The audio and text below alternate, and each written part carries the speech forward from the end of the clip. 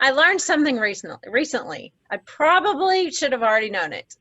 I'm going to share it with you tonight as we discuss our final lesson in the Better Speaker series.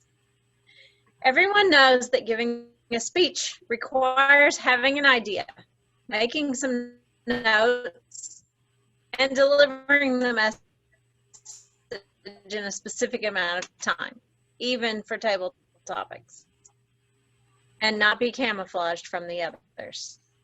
The amount of time he or she puts into preparing their speech.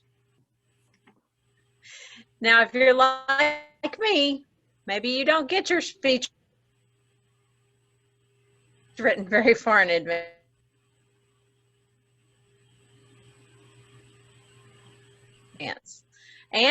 But if you still hear me, is everyone hearing me? Okay, good.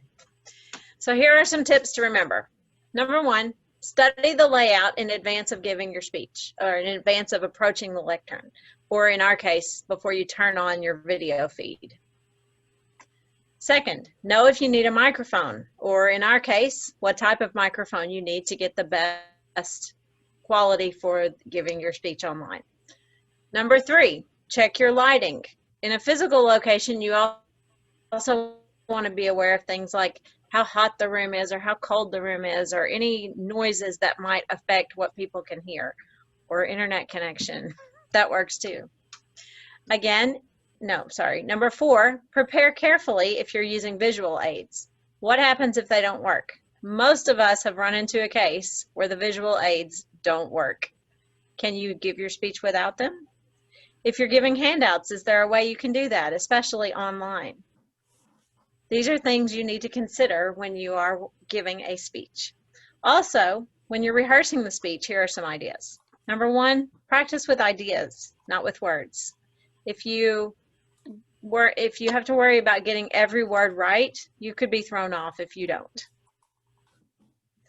Also, have statistics or quotes in your notes so that you make sure that you say those correctly. And then have a mental draft of your speech. Doesn't have to be word for word, but have a plan for how it's going to go.